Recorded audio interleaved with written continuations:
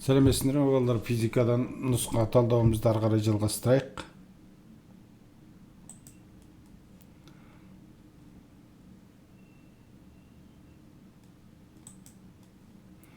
Бұл 56-шы есеп болады, да?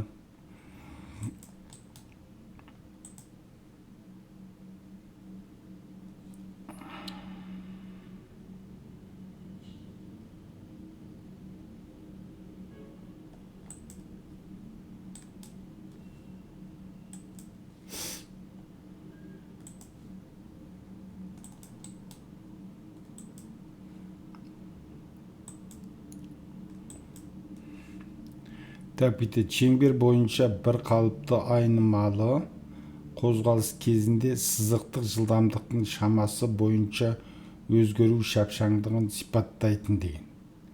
Осындай сұрар, иә? Сызықтық жылдамдықтың шамасы бойынша деген.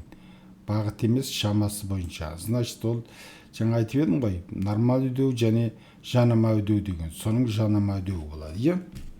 Жанама үдеу болады. Ол Б болады. Жанама үдеу болады.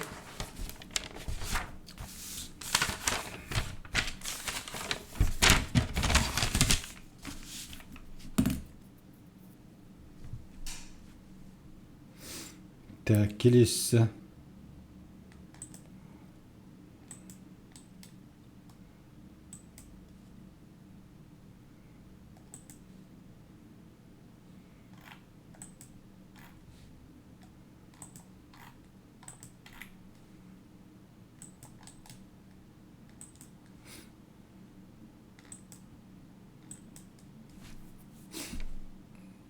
Келесінде айтады, ауаның салыстырмалы ылғалдығының өлшем бірлігі деген.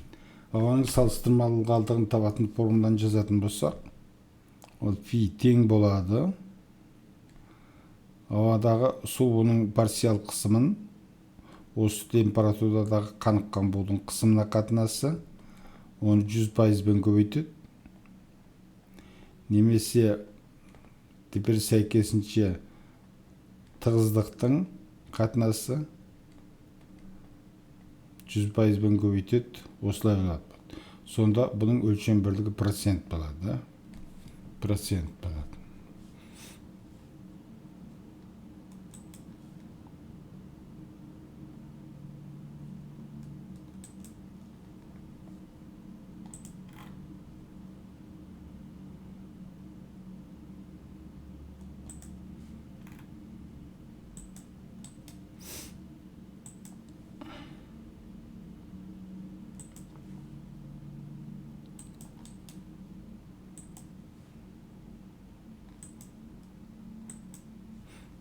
Так, келесі есеп.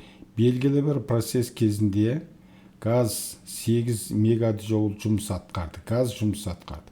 Осы кезде ішкі энергия 5 мегаджоулға кемісе, газға берілген жылу мөлшері дейді. Газға берілген жылу мөлшері. Термодинамиканың бірінші заңы бойынша бізге бүйтіп айтатын, иә? Газға берілген жылу мөлшері оның атқаратын жұмысына, газдың атқаратын жұмысына және оның ішкі энергиясының арттыруға кетеді. Ол ішкі энергиясын арттыруға кетеді, иә?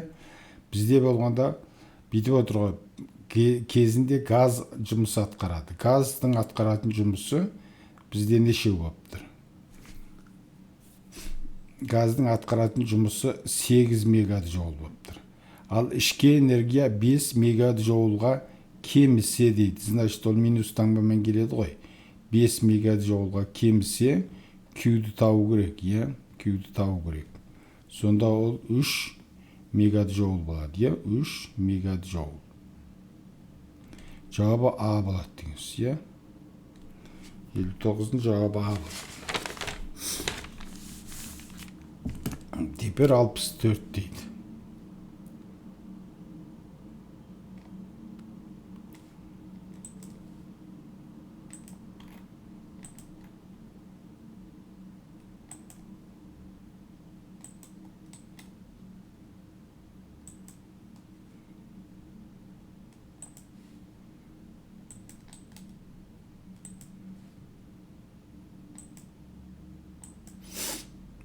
бүйтеді. Газ қоспасының қысымы қоспадағы газдардың үлестік қысымдардың қосындысына тең. Бұл кімнің заңы деген, иә? Бұл кімнің заңы дейді. Бұл Дальтон заңы деп аталады. Бұл Дальтон заңы деп аталады. Мысалы, ауа немеден тұрады дегенде, мысалы бізде ауа, иә? Ауаның қысымы, мысалы, ауа қысымы, осы бөлмедегі ауаның қысымы, мысалы ол П болды, иә? П болды. П нөл деп қояқшы, иә? Енді осы біздің бөлмеде қандай не бар дегенді. Осы бөлмеде бізде не бар? Оттегі бар да, азот бар, көмірқышқыл газы бар, сосын кейін су буы бар. Негізі осындай 4 компонент бар, иә? 4-еу бар. Енді осы бөлмені былай істейік. Осы бөлмені 4 рет сызықпайын бөлмені, иә? Бұл 4 бөлме 4 рет сызылды былай қарай. Бөлменің көлемі тұрақты ғой. Біз енді условно былай істейміз. Мынадағы осы кезде қысымды өлшегенде П 0 болды деп есептейді. Енді осы бөлменің ішіндегі басқа компоненттердің бәрін шығарып жіберіп, ішінде тек қана оттегіні қалдырсақ, онда П1 деген қысым болады. Естественно, П 0-дан аз болады, иә? Егер условно азоттан басқасының бәрін шығарып жіберіп, азоттыгіні қалдырсақ, онда П2 деген қысым болады, иә? Егер көмірқышқыл газын ғана қалтырып, осы бөлменің ішіндегі басқаларының барлығын шығарып жіберсек, ол кезде қысым П3 болады. Ал осы жаңағы осы бөлмедегі су буын ғана қалтырып, басқаларын шығарып жіберсек, онда қысым П4 болады. Сонда осы әр қайсысындағы қысымның қосындысы, олардың барлығы бірге тұрғанда қысымға тең болады. Осы заңды Дальтон заңы деп атайды. Мыналардың әр қайсысындағы қысымды үлестік немесе парциал қысымы деп айтады. Үлестік немесе парциал қысым деп атайды. Парциал қысым деп атайды. Үлестік немесе парциал қысым дегеніміз сонда не деген сөз? Басқа компоненттердің барлығы жоқ болған кездегі сол көлемді иеленіп тұрған белгілі бір газдың қысымы сол газдың үлестік қысымы деп айтады. Соған тиесілі долясы деген сөз ғой, короче. Осыны Дальтон заңы деп атайды. Так, ол кетті, да?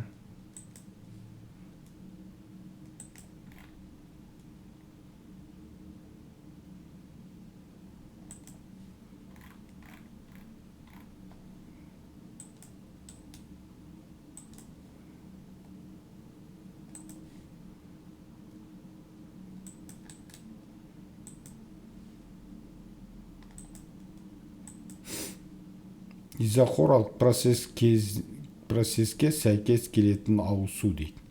Изохора дегеніміз. Изохораға сәйкес келетін 1 мен 2. 1-ден 2-ге дейінгі процесс ол изохора.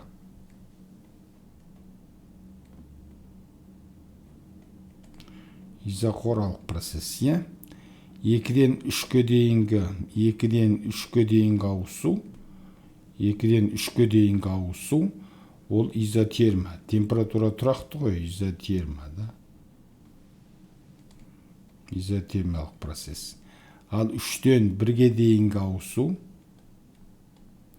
ол бізде 3-ден 1-ге дейінгі ауысу қысым тұрақты болып тұр, иә? Қысым тұрақты болып тұр, ол изобар. Изобаралық процесс. Сонда, мысалы қарап көрсең, мынаны тағдары қарай ажыратуға болады. 1-ден 2-ге дейінгі қысым, жаңағы бұл процесс изохора болды, иә? Қандай изохора? Қандай изохора дегенде?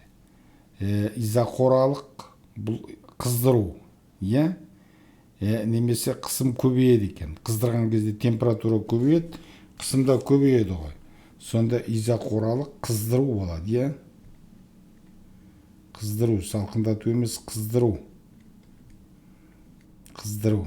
Екіншісі изотермиялық.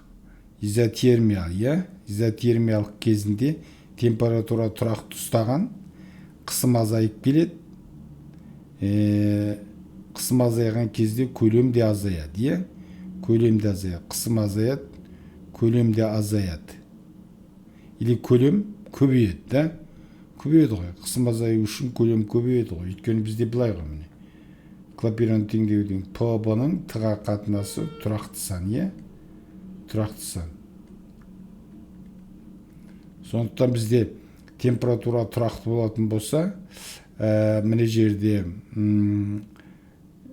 қысым азаятын болса, ол тұрақты шығу үшін көлем көбею керек қой, ұлғаю болады, ұлғаю немесе расширение деген сөз, ұлғаю болады. Ал үшіншісі изобара. Изобарада бізде қайткен. Изобарада онда Б-ның Т-ға қатынасы тұрақты болады. Б-ның Т-ға қатынасы тұрақты болады. Т азайса қайтеді, Б көбейеді ғой. Или наоборот. Қатынасты немету үшін Т азайса Б да азаяды ғой. Т азайса Б да азаяды. Т азайса Б да азаяды. Значит, бұл суыту немесе салқындату болады, суыту. Вот кей сұрақтарда осыда беріледі. Мысалы, изоқоралық қыздыру ма, суыту ма, мысалы, изотермиялық ұлғайту ма, сығу ма, немесе изобаралық суыту ма, қыздыру ма деген сияқты. Соны да ажырата білуіміз керек. Ол үшін жаңағы мына клапейрон теңдеуін жазып қойып, осыған қарап, жаңағы өзің анализ жасап көресің деген сөз мынаған, Так, келесі. Так, бізде сонда жауабы немене болды? Изоқоралық процесс дегеніміз 1 мен 2 болды ғой, Д болады.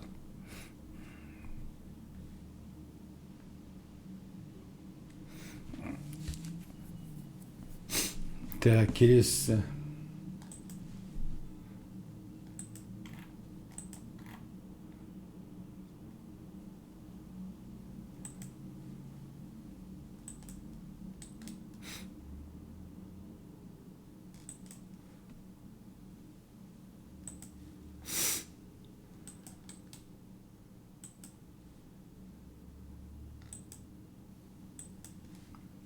Қатты денелердің булануы дейді.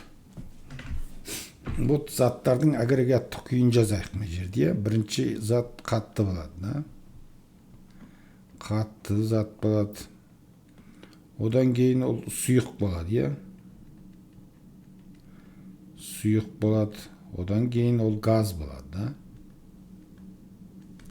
Қатты заттың сұйыққа айналдыру үшін оны қайту керек, оны балқыту керек. Балқыту. Ал сұйықты газға айналдыру үшін оны буландыру керек. Қайнату керек, немесе буландыру керек. Булану. Ал қатты затты сразу газ күйіне айналдыратын процесс ондай заттарда болады. Бұл жаңағы сублимация деп аталады. Сублимация.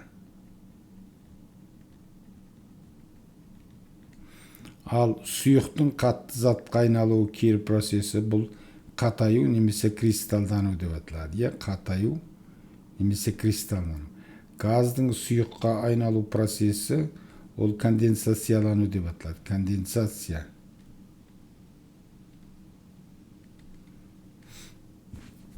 Ал газдың сразу қатты затқа айналуы ол десублимация деп аталады.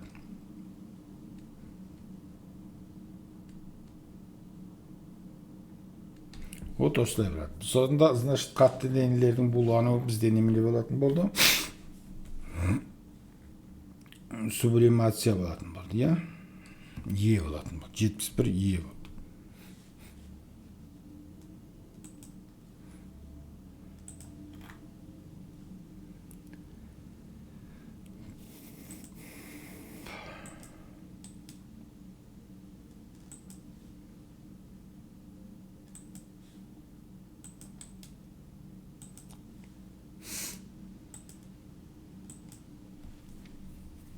Қатты сұйық газ тәрізді заттардың жылу өткізгіштігі ең төмені дейді. жылу өткізгіштігі ең төмені. Вот егер бүйтіп жазсақ, жылу өткізгіштігі ең жақсысы қатты зат болады. Қатты. Одан кейінгісі сұйық болады. Жылу өткізгіштігі ең нашары ол газ болады. Газ почти жылу өткізбейді деп айтуға болады. Ол жылу өткізгіштігі сонда азая береді екен. Мына жағында С деген жылу өткізгіштігі мына жағы максимум мәнінен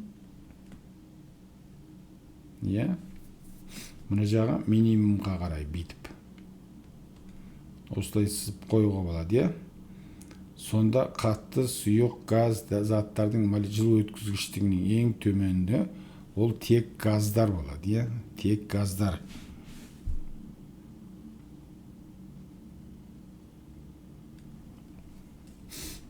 Ол енді газдардың молекулалары бір-бірінен алыс орналасады ғой, соған байланысты.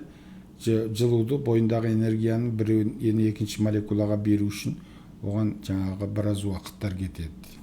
Біраз энергияның шығыны болады деген сөз. Солай айтуға болады. Қатты заттар жылуды өте жақсы өткізеді. Мысалы, жаңағы мынандай тәжірибеде бар мысалы. Мынандай 2 стакан алып қояды да, бүйтіп 2 стакан. 2 стаканның ішіне ыстық шай құяды. Екеуінде де ыстық, температуралары олардың бірдей. Т1 мен Т2 бірдей. Сосын кейін біреуін жай осылай қойып қояды да, екіншісінің ішіне бір қасық сақ қояды. Мысалы, мынау алюминиевый темір қасық салады.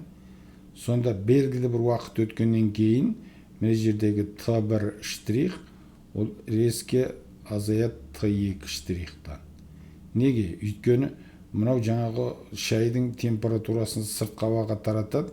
Осы кезде мында тек қана газ арқылы тарап тұр, сыртқа қарай. Ал мынада қатты зат арқылы тарап тұр, жаңағы қасық арқылы.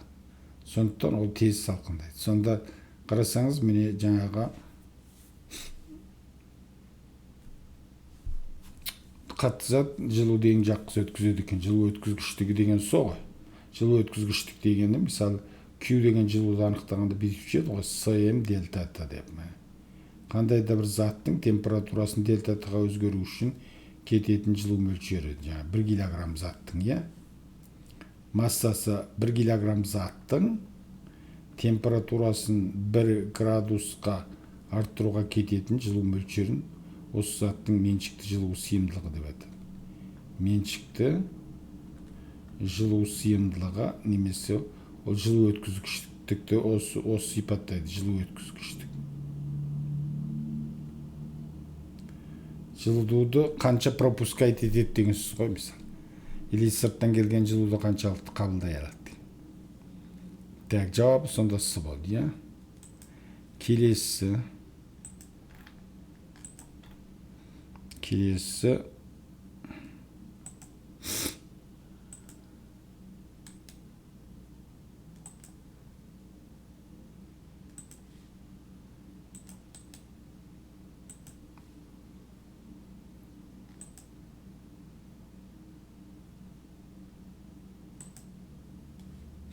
ылғал және құрғақ термометрдің көрсетуі бірдей болса, салыстырмалы ылғалдық қалай болады дейді. Вот осылай болады. Мысалы, мынаны психрометр деген прибор бар, сол прибордың негізі ғой, мынау. Мысалы, 2 термометр қояды, біреуі былай қарайды, екіншісі екеуі де бірдей термометр, қалыпты жағдайда екеуінде Т1 мен Т2 тең болады, солай емес пе? Бөлменің ішіне неше термометр қойсаң да, олар бірдей температураны көрсетеді ғой. Сосын енді бүйтеді, бір термометрдің сыртына бүйткен қандай да бір трәпкі боламас сулаған жаңағы зат орақ қояды, екіншісінің сыртына ештеңе де орамайды. Сонда мына біріншісін дымқыл термометр деп айтады, дымқыл. Екіншісі құрғақ термометр деген. Осы кезде бұлардың температурасын өлшесе, мына біріншінің температурасы уже азаяды. Вот екіншісі қалпында қалады, екіншісі қалпында қалады. Температурасы резко азаяды. То есть олардың арасында разница шығады. Сонда разницасы жаңа дельта Т дегеніміз ол Т2 штрихтан азайтасың Т1 штрих деген сөз ғой, азайды. Қаншаға разница шықты деген. Мысалы, біреуінің температурасы мына жерде болса, біреу мысалы мына жерде болса, екеуінің арасындағы разница деген мынау ғой, міне. Мынау дельта Т болады, Сосын психрометрлік кесте деген болады, былай. Кестенің былай қарай, мысалы, жаңа температура кетеді, төмен қарай. Құрғақтың. То есть құрғақ дегеніміз Т1 болды ма, Т1 штрих деп қояйық, төмен қарай кететін, Ал сосын кейін былай қарай жаңағы дельта Т кетеді. Дельта Т. Сосын мысалы, біреуінің жаңағы дельта Т-сы мысалы 3 градус болса, құрғақтың көрсетуі мысалы жаңағы төмен қарай кеткенде мысалы 22 градус болатын болса, осы екеуіндегі жаңа салыстырмалы қалдықты осылай табады. Екеуінде битіп қоя береді, битіп міне, екеуін. Осы екеуінің қиылысқан жеріндегі сан, ол жаңағы салыстырмалы қалдық болады, пи болады, процентпен беріліп тұрады. Кестеден осылай қарай табады, Сонда екеуінікі тең болатын болса, ол 0 болады ғой. 0 болатын болса, естественно, былай қарай жүрген сайын процент азаяды, онда салыстырмалы ылғалдық 100% болады. Ол былай деген сөз, екеуінің температурасы бірдей деген сөз, сыртын дымқыл шүберекпен орақ қойдың ба, или орамай ауада қойып қойдың ба, сонда дымқыл шүберектің ылғалдығы мен ауаның ылғалдығы екеуі бірдей деген сөз ғой болды. Ылғалдығы екеуі бірдей деген сөз. Олай болса, ауа 100% ылғал деп грубо солай айтуға болады. Сонда салыстырмалы ылғалдығы 100% болады, Так, бұл 80, да? Келесі.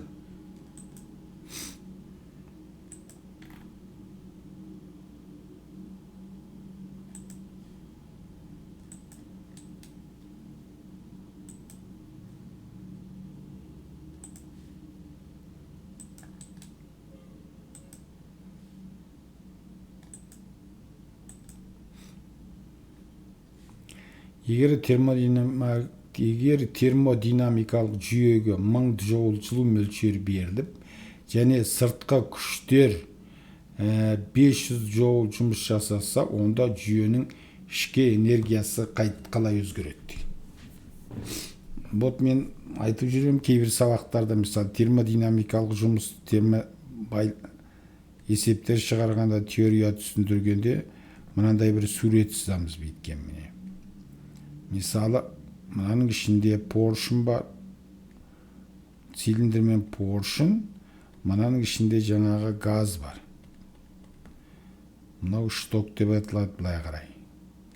Егер біз поршынды былай қарай итерсек, онда біз газға жұмыс атқарамыз, газға сыртқы күш жұмыс атқарады, сыртқы күш жұмыс атқарады.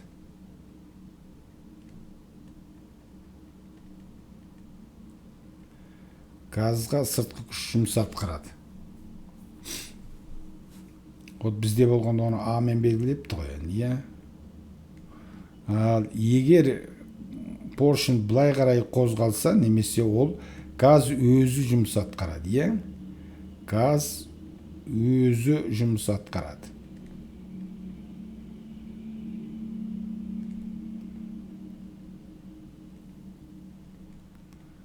Газ өзі жұмыс атқарады. Оның жұмысын А штрих деп қойсақ, сонда А мен А штрих екеуі модуль жағынан одар тең болады. Вот бүйтіп жазуға болады міне. Но енді әрбір кітапта әртүрлі жаза береді. Біреуінде мысалы газдың атқаратын жұмысын А десе, біреу А штрих дейді, или наоборот, сөйтіп айта береді. Сондықтан оның штрих, без штрихына көп назар аудармау керек. Сонда газ сыртқы күш жұмыс атқарса, газ өзі жұмыс атқарса деген. Сонда бүйтіп айтады, мысалы, заттың ішкі энергиясын арттыру үшін ішкі энергиясын арттыру үшін, ішкі энергиясының өзгерісін жоғарылату үшін, ол не дегенсіз? Ол температурасын жоғарылату үшін, енді жай логический сұрақ қой, не істеу керек деген, иә? Заттың ішкі энергиясын арттыр десе, оны что-то непонятно, да? Ол сұрақты былай қоюға болады. Заттың температурасын қалай арттыруға болады? Оны естественно, теперь ондай сұрақ қойсаң, дұрыс сразу жауап береді. Қандай жауап береді? Ішкі энергиясын оның арттыру үшін оған қыздыру керек. Қыздыру деген Q деген жылу беру деген сөз ғой. Немесе оған газға жұмыс атқару, сыртқы күш жұмыс атқару керек. Газға сыртқы күш жұмыс атқарады. Misal қандай пример? Misal велосипедтің жаңағы камерасына жел бересің ғой насоспен. Сол кезде качайттағанда велосипедтің жаңағы доңғалағының сырты, покрышканың сырты қызып тұрады. Өйткені ол ішкі энергиясы артып жатыр, сырттан газға жұмыс атқарып жатыр. Көрдіңіз бе? Ішкі энергиясы артып жатыр, значит температурасы жоғарылап жатыр деген. Сонда біз енді ішкі энергияның өзгерісі қалай болатынын көрейік. Дельта U бізде берілген есепте. Газға термодинамикалық жүйеге 2000 жылу мөлшері, жылу берілген. Міне, жылу берілген. Ол Q, да? 2000 Q. Және сыртқы күштер тоже газға жұмыс атқарған, не? Және сыртқы күштер жұмыс жасаса дейді. Ол қосылады, да? Сыртқы күш жұмыс атқарса, ол қосылады ғой. Одновременно и қыздырып жатыр жылу беріп, и жұмыс атқарып жатыр газға. Сонда бұл 2500 джоул болады, да? 2500 джоулға ішкі энергиясы артады, немесе 2,5 килоджоулға ішкі энергиясы артады. 2,5 килоджоулға ішкі энергиясы артады. С болады. Келесі.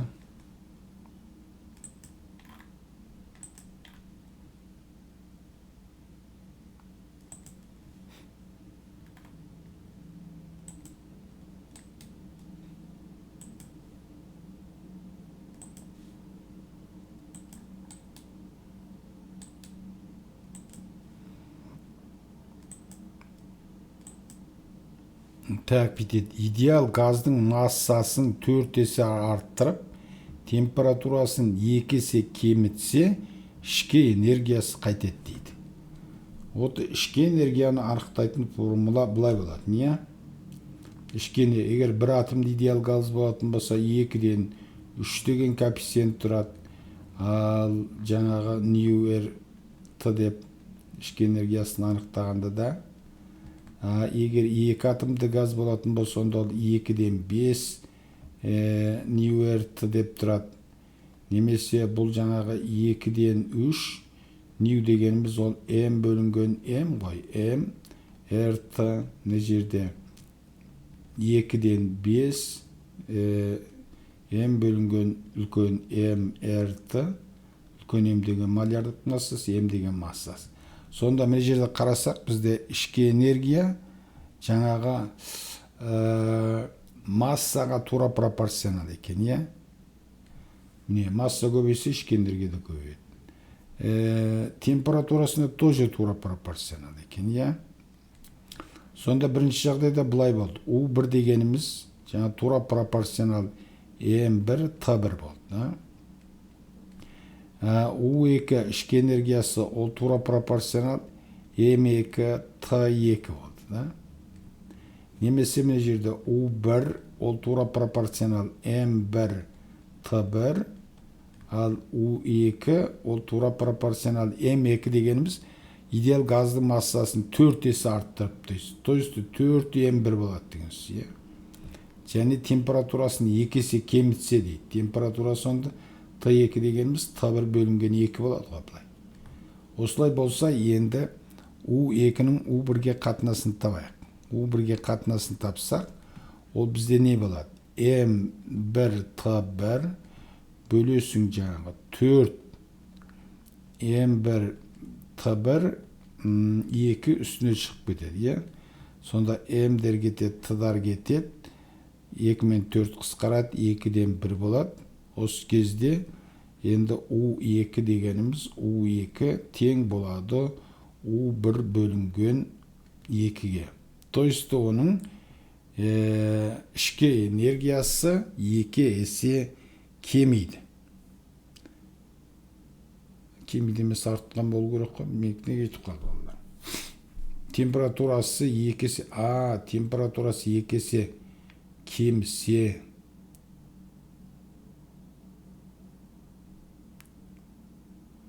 бір қателік жібердім. Тұрады. Т2 дегеніміз Т2. Біз мен мына жерде жазып алып, наоборот істеп қойдым, е балалар.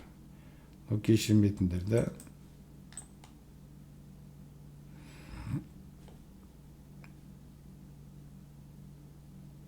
Мен де істеп қойдым. Қате істеп қойдым, е.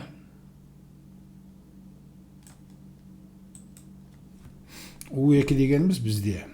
U2 дегеніміз былай болды. 4 М1 Т1 бөлінген 2 болды, е. Ал енді U1 дегеніміз ол М1 Т1. Жаңа осылай жазу керек болады. Мынадар кетеді, 4 пен 2 қысқарады, 2 болып қалады. Сонда мен жерде U2 дегеніміз 2 U1 болады, е. 2 U1 болады. То есть оның ішкі энергиясы 2 есе артады. Вот былай қарай болады. Жаңа қателесіп кеттік сәл, да? Так, келесі.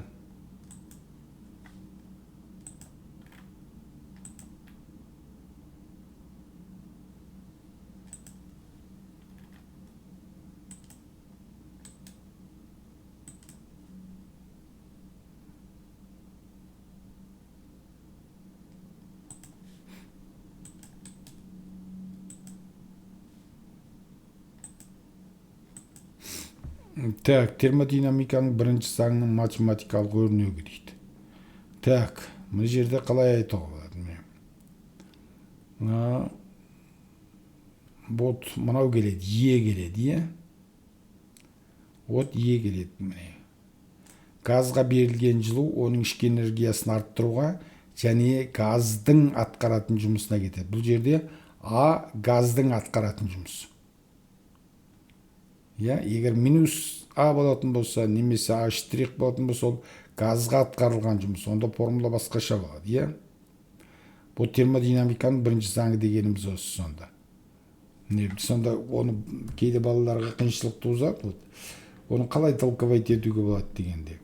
Бірінші мынау міне. Ішкі энергиясын арттыру үшін газға жылу беру керек, немесе газға жұмыс атқару керек. Газға атқарылатын жұмыс А штрих. А штрих газға. Газдың емес газға. Ал егер газдың дейтін болсақ, онда ол Q минус А болады ғой біткен. Енді осы Аны былай қарай шығаратын болсаң, сонда Q тең дельта U плюс А болады. Вот сонда термодинамиканың бірінші заңы деп мынаны алуға да болады. Вообще мына үшеуінің қай-қайсында алуға болады, Бірақ бұл жерде А ол газдың атқаратын жұмысы. Газдың атқаратын жұмысы. Вот осылай қарай, Онда бізде бар ма? Жоқ онда, Значит, бізде остается. Газға берілген жылу, мына Q деген жылу бересің, оның біраз бөлігі ішкі энергиясын арттыруға кетеді, біраз бөлігі оның атқаратын жұмысына кетеді. Болады.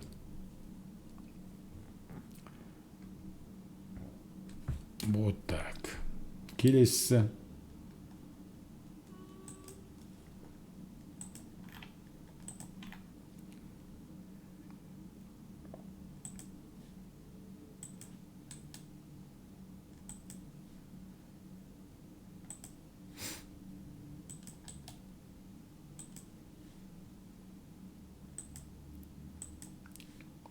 Так, берілген массасы үшін тұрақты қысымда газ көлемінің температураға тәуелділігін анықталатын заң деген осындай, иә.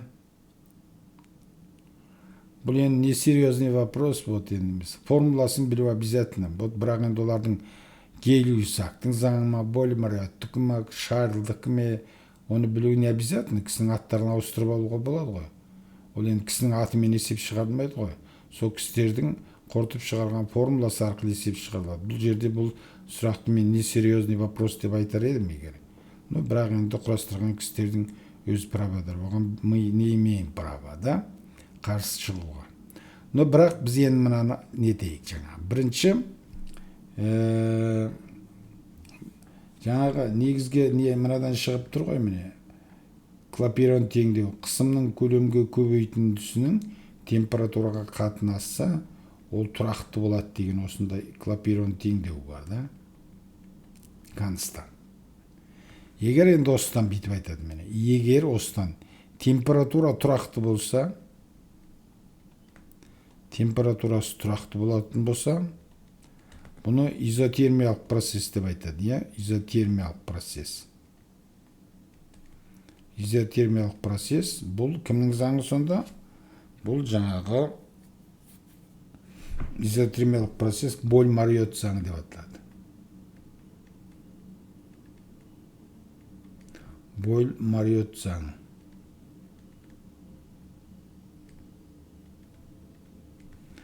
Так, екіншісі қысым тұрақты болатын болса. Қысым тұрақты болатын болса, бұны изобаралық процесс деп. Изобаралық процесс. Но негізі жаттау осы изотерма, изобара ма, изохора ма, соны білу керек негізі. Әйтпесе ол кімнің заңы екенді. Бұл естественно, бұл жаңағы Гей-Луссак.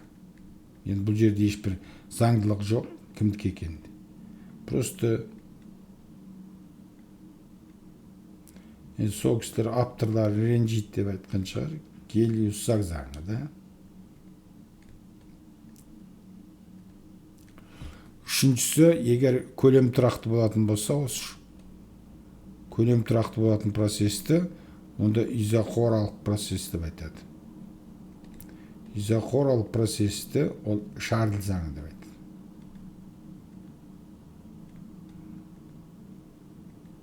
Вот осы. Значит, бізде жаңағы немене болды? Қысымда газ көлемінің температураға тәуелділігі анықталған, берілген масса үшін тұрақты қысымда изобаралық процесте ол Гей-Луссак заң болады.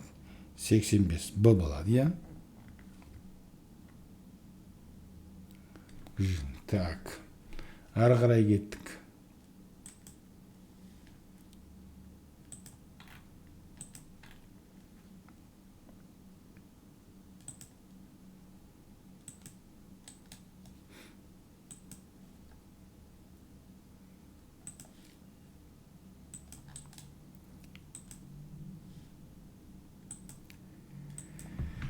Так, бітеді. Изохоралық салқындау кезінде газдың ішкі энергиясы 350 джоулға азайды. Газдың берген жылу мөлшері дейді. Так, мынандай бір ыдыстың ішінде белгілі бір көлемде жаңағы белгілі бір массадағы белгілі бір газ бар. Так, осының изохоралық салқындау кезінде дейді. Көлемі тұрақты болған. Көлемі өзгермейді, да? Жаңа кімнің несін жазып қоямыз енді. П, Клапейрон. П, бұның Т-ға қатынасы тұрақты. Бұны былай да жазуға болады. П1, Б1 бөлінген Т1. Екінші жағдайдағы соның П2, Б2, Т2. Бұл сен нені жазып отырсың десең, былай болды. Мысалы, бұл енді қайтып келесі мынандай бір неге келсе, мысалы массасы өзгермейді, мольдік массасы өзгермейді.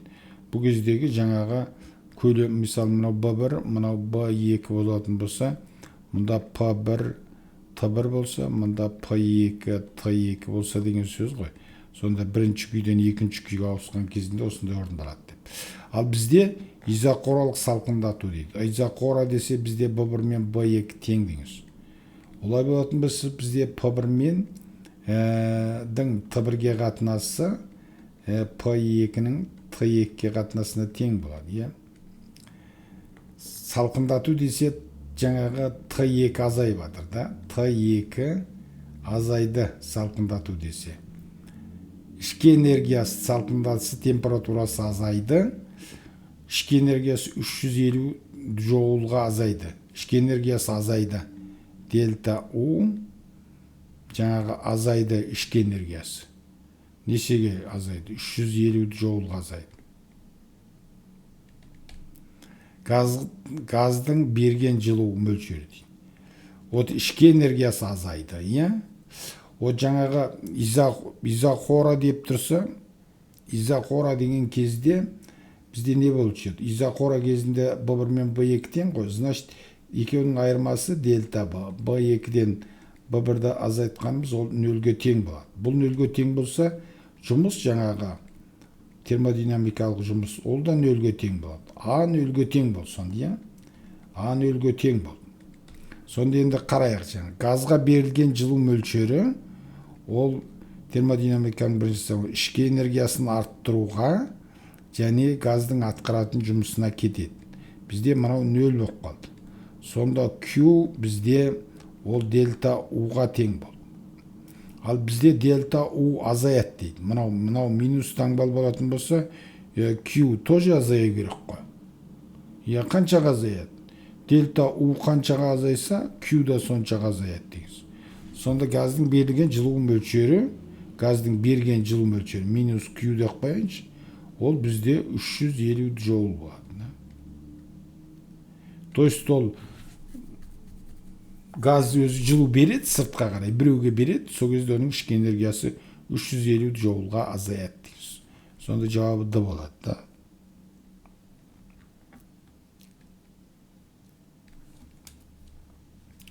Так, келесі.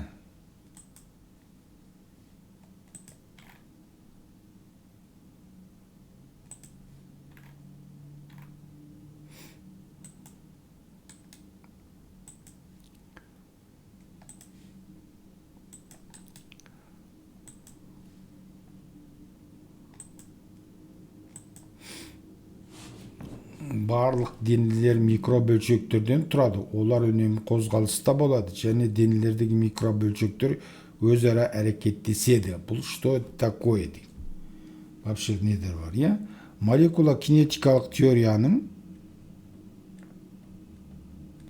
негізгі қағидалары деген. Негізгі қағидалары. Фундаменті деген мағынаны білдіреді. Қағидалары.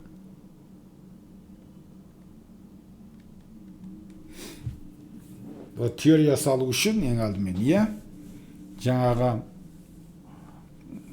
негізгі қағида кіргізіп барады ғой. Бұл основна фундамент салып барады. Мынау деп аталады, мынау деп сосын солардың арасындағы байланыстарды сформировать етеді, байланыстарын шығарады дегенсіз, иә?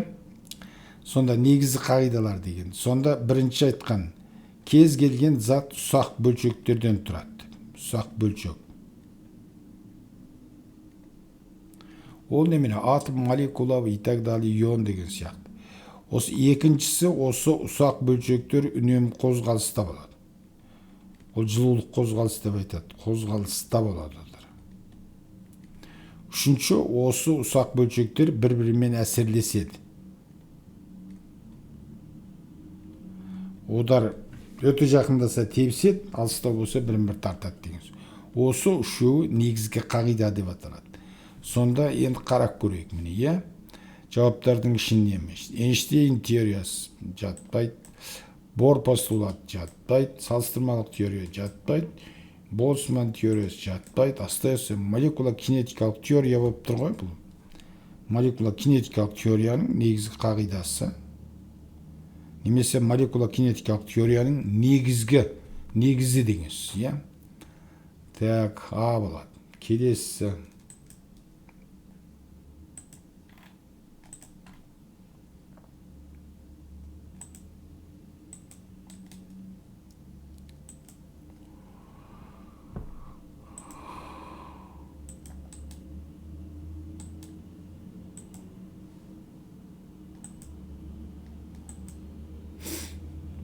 Молекула кинетикалық теорияның қағидасына жатпайды дейді. Қағидасына жататындарды белгілеп алайық бірінші. Микробөлшектердің жылдамдығы температураға тәуелді емес. Барлық денелер микробөлшектерден тұрады. Жатат. Микробөлшектер үнемі қозғалыста болады. Жатат. Дене бөлшектер арасында тебілу күйі әрекет етеді. Тебіседі олар. Арасында тартылу күші әрекет етеді. Вот остается микробөлшектердің жылдамдығы температураға тәуелді емес. Ол микробөлшектердің жылдамдығы наоборот температураға тәуелді. Бұл не болса о болсын, бірақ ол МКТ-ның негізгі қағидасына жатпайды. Жауабы А болады. Жауабы А болады.